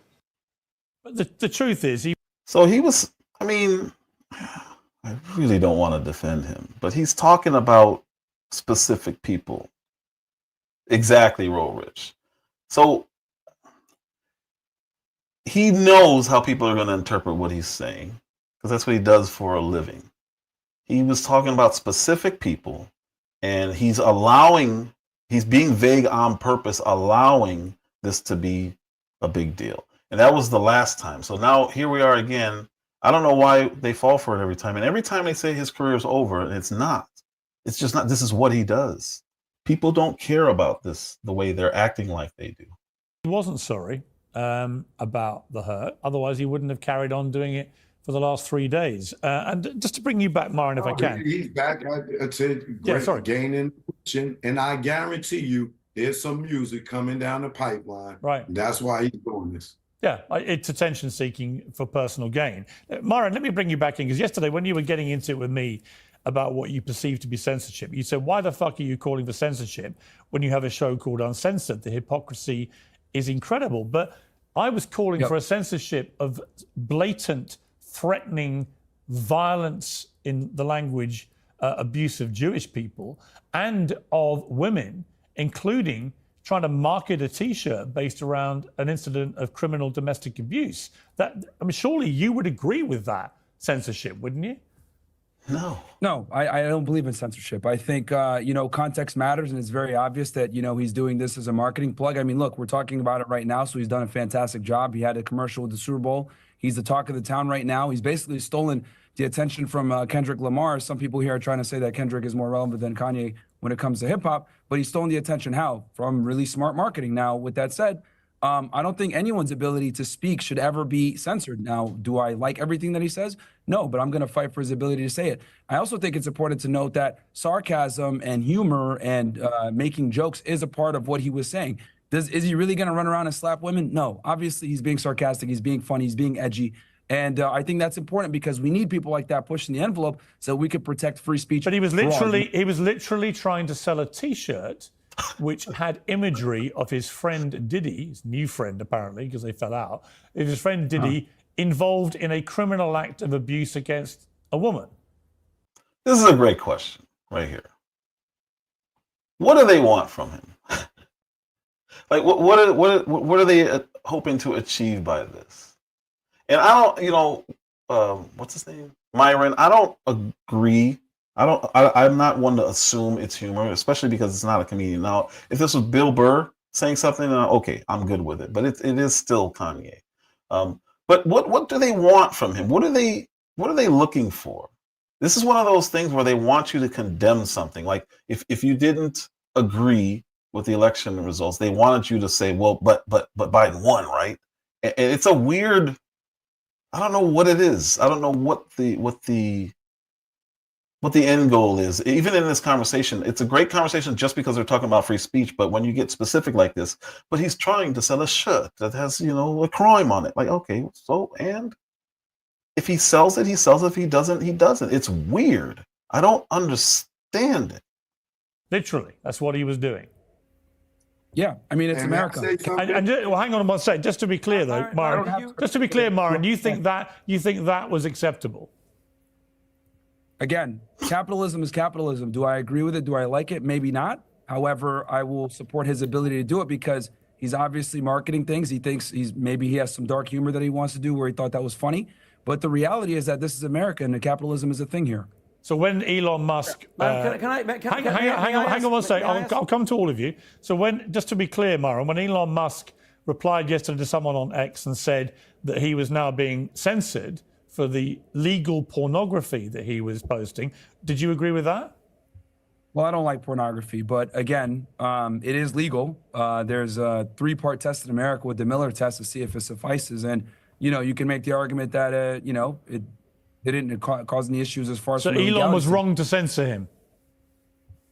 With pornography? Yes. Well, again, I don't like porn. I don't think it should be on X at all, personally. Okay, so you agree with censorship? For pornography. Right, but just to be clear, you agree with censorship? No, I agree with pornography not being on X. I think it needs to be contained in a certain way. But it's legal. Gonna be on... It was legal what he was posting? Yeah, I mean, like I said before, I don't have to like it or agree with it. But what about his free speech rights to post it? See, so this is very disingenuous. I think he understands the difference. When you have, I don't want to say children on X, but when you have kids or younger adults on a platform, the free speech is a little bit different because it's, first of all, it's visual. And if one of my kids is on X and they follow Kanye and he's posting, porn, it's like, all right, what are we doing here? There's a reason why in the old video stores that there's a back room for it. So the freedom of speech is for the two adults having consensual sex. It has nothing to do with what Piers Morgan is trying to pin him down on. It's more about they have the right to do that because they're adults, but there's still always been restrictions. There's always been restrictions on that because it can't impact younger kids. But here's the problem with X though, and Piers Morgan again is being disingenuous, is it literally allows pornographic trolling on X. So it's and you can, like, on X you can watch people fighting, unaliving themselves, all sorts of things that you wouldn't think that if there's any type of restriction, but I guess Kanye is, and this goes back to, I think Bro Rich or someone said that they're being disingenuous. This goes, like, you literally can see so many other things, and now that's your bottom line. Yeah, with X, X has everything. But so I get, it's just to compare the two. I think it's disingenuous. It's just him trying to get him to say yes or what he wants. Brother, and my question is this: look at these black men on the panel. Why do they always go pick the most unrelatable looking dudes that you can definitely tell ain't got a damn thing to do with, like, the regular, average, everyday, I go in the convenience store to go pick up, a beer or cigarettes or play the scratch ticket type of black dudes? I mean, I like Zuby a lot. I really do like Zuby. I don't know. I'm just saying. I ain't got nothing in common with these dudes. Well, that's a whole other thing. I think with X and pornography, there needs to be some kind of middle ground where, if it's going to be on X, there needs to be a way where it's not necessarily on the main feed, but that's a whole other So you discussion. agree with censorship, don't you, Myron? I mean, for all your chat on Twitter to me yesterday, you actually agree with it. To compare censorship of pornography to censorship on political speech or so you think saying that you should treat Jews like slaves and whip them, or bitches deserve to be slapped, that is not, or try to sell a T-shirt of a domestic crime being committed, you think none of those things are worse than posting legal pornography? No. Yeah, I find it interesting that you're, harping on this, but there's people that monetize murder and death all the time in the hip hop industry. There's people that I don't agree with that either. Well, I'm sorry? I don't agree with that either.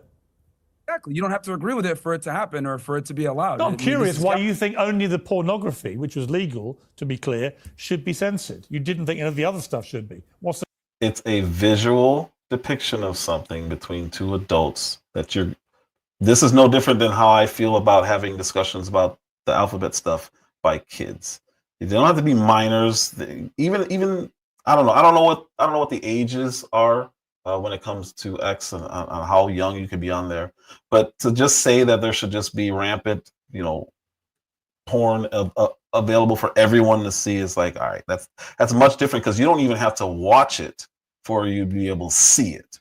So if you're going to hear somebody say something, you got to watch it. So this is just disingenuous. The difference.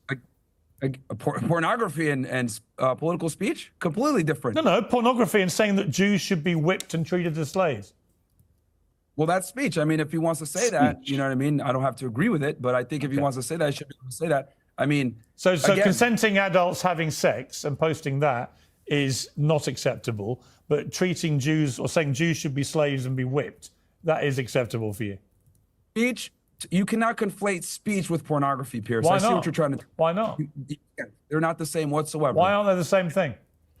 No, they're not. Why not? No, Explain why the difference.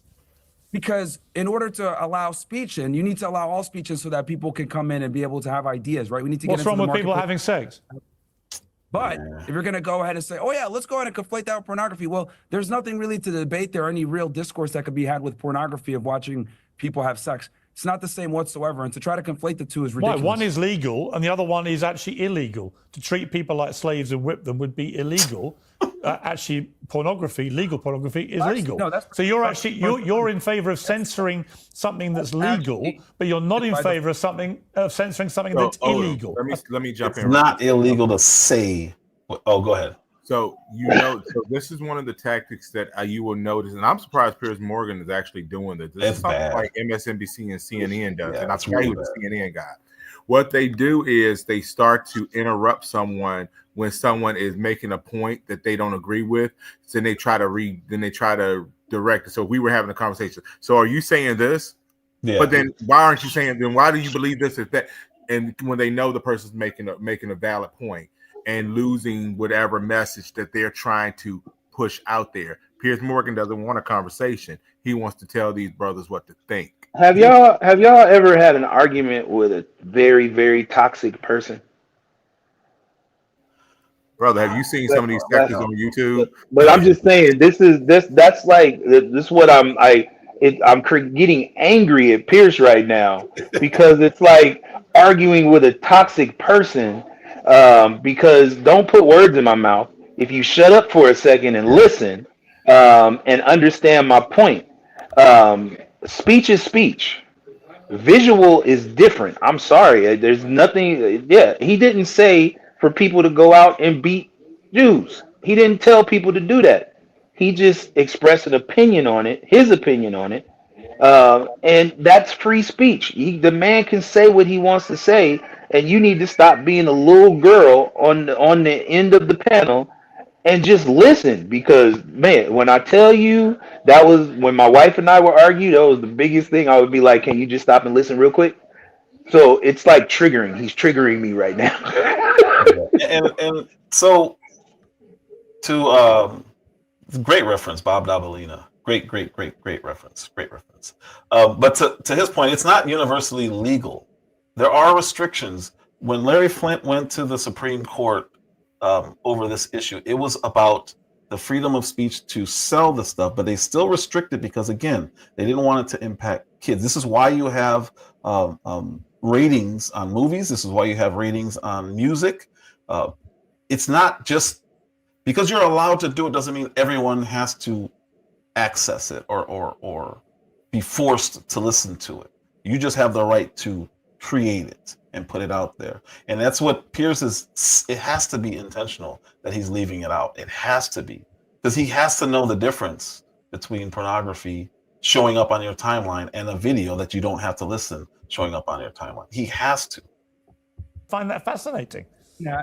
Him saying that is actually protected under the First Amendment. Hate speech Actually, is it's protected not. under. That's the point. It's not. You don't even know. You don't know enough about your own First Amendment. I seem to know more than you. Although, just to be clear, I have a house in America. When I come to America, like anyone who comes to America, you are automatically protected by the First Amendment as well, right? So I know a lot about the First Amendment. The First Amendment actually bans a lot of things, including incitement to violence, incitement to violent hatred. It Anyone prohibits that was them. looking at tweets, right? Anyone that was looking at his tweets that has any level of common sense understands that it's dark humor, understands it's I don't trolling, agree with it's that. marketing. He doesn't really mean Nothing funny about it at all. You don't have to think it's funny, but I don't think I would never project what I think and say, oh, it's clearly humor. It is or it isn't, doesn't matter, because he's sidetracking his own argument by doing that. Just say he has the right to say it, or he has the right to sell whatever it is. The market will decide if it's valuable. They'll buy it or not.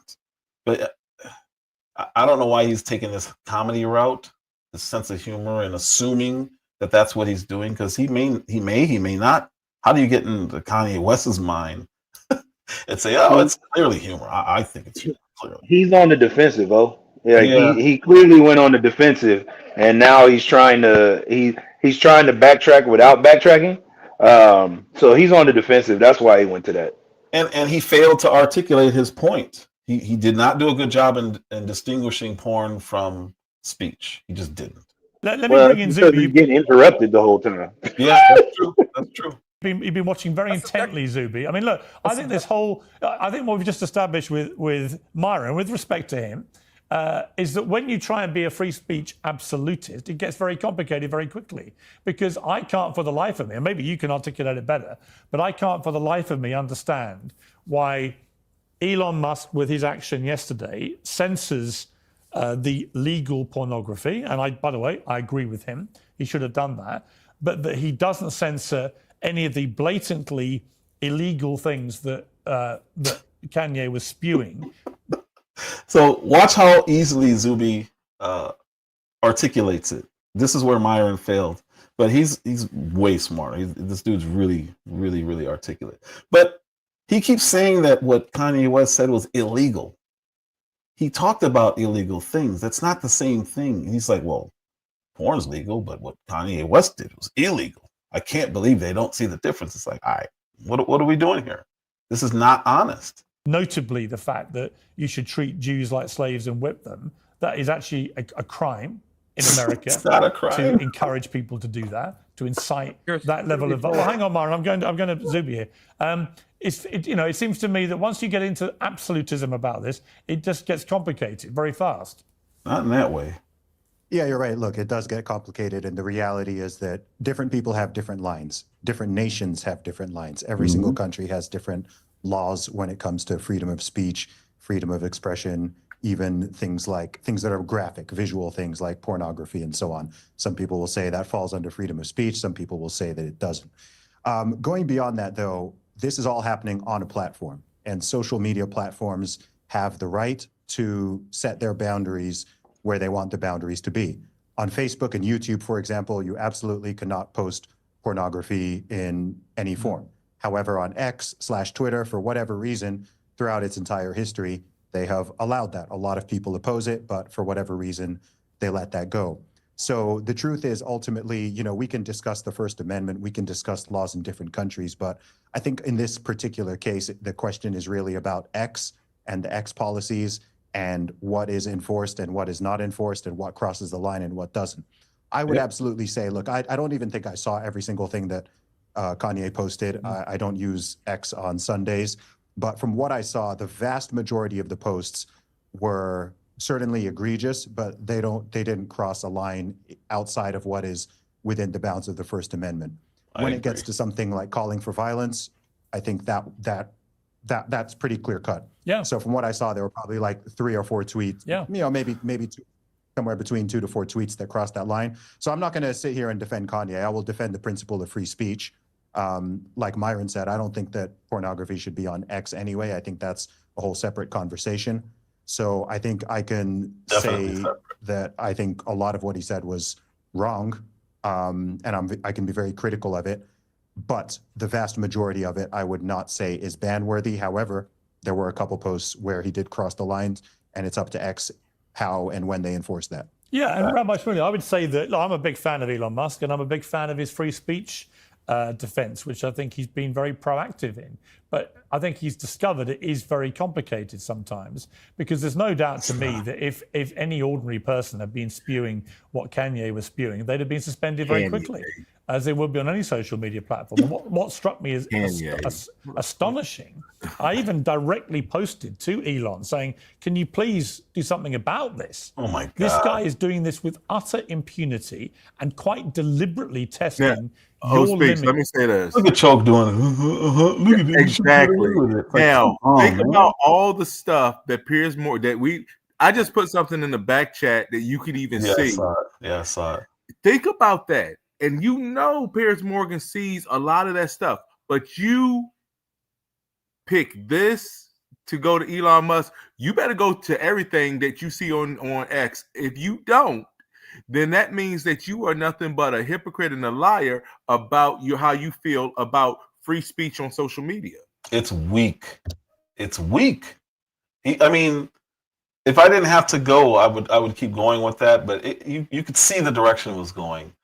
They got into more arguments that Rabbi Shmuley is a scumbag, and I don't know why he's even talking about porn when he owns a porn shop. He's a rabbi who owns a porn shop with his daughter. It's disgusting. So I don't even know why he's. He goes on to start calling Myron anti-Semite and a Jew hater and all this other stuff. It's what he does. They get into a nice little confrontation, but I had to go get my son and my nephew.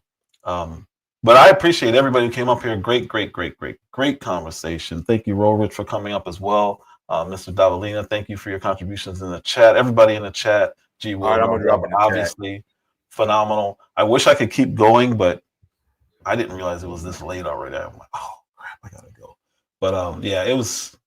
Yeah, that conversation's annoying. I put the link to that video or I think it was a live. I think it was a live stream or video. I put the link in my description if you want to watch it, because it gets frustrating. But I think we need to have this conversation. Very interesting to watch how people spin things, because you saw him spinning it. He's literally saying it like, I even went to Elon Musk and tried to get it taken off. Like, why? Who are you?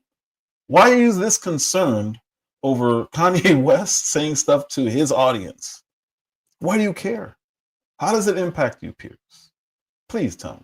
You're dead wrong on this. See, this is the same thing with the Second Amendment. He doesn't like guns, so he thinks that they should be banned. And it's like, all right, well, it's not how it works. We have rights here in this country, Piers. We fought for those rights against your people. and it's frustrating watching him dismiss our rights and say that we don't have them, or he tries to determine what the limits are, and it's like, all right, what are we doing? But anyway, Mr. Dabalina, Mr. Bob Dabalina, Mr. Dabalina, appreciate you, sir. Mike Levin, G. Will, again, Mel Dub, Roll Rich. Who else was in here? There's a lot of people in here today. I appreciate you all. Miss Just J, Taryn the Black, True Essence. Who else? I got Andre Dub, as always. Appreciate you, sir. Thank you.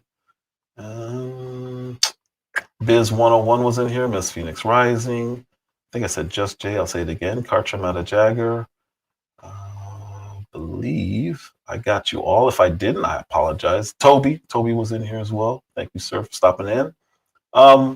Yeah, so I'll be going back to the conversation about USAID. Oh no. I'll be going back to that conversation, and it's I just needed to have this one.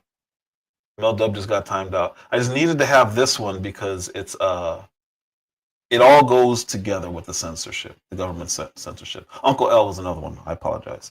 And we can't forget what this country is and what our rights are. Vince the Sniper is another one. I'm scrolling while I'm talking.